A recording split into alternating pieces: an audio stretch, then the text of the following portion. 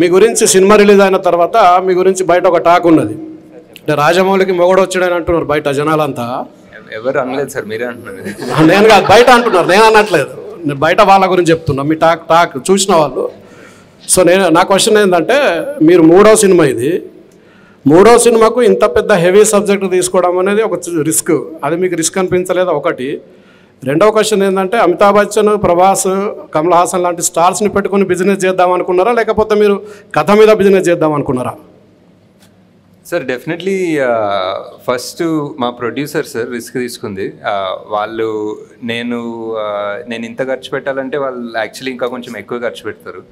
So and also ఇంత పెద్ద actors at the prime of their career తీసుకోవడం అనేది ప్యూర్లీ క్యారెక్టర్కి జస్టిస్ చేద్దామని. At the end of the day స్టోరీలో వాల్యూ ఆర్ స్టోరీలో కనెక్ట్ లేకపోతే అది యాక్చువల్లీ అంత నెగిటివ్ అవుతుంది మాకు, బికాజ్ అవన్నీ ఓవర్ హెడ్స్ కదా.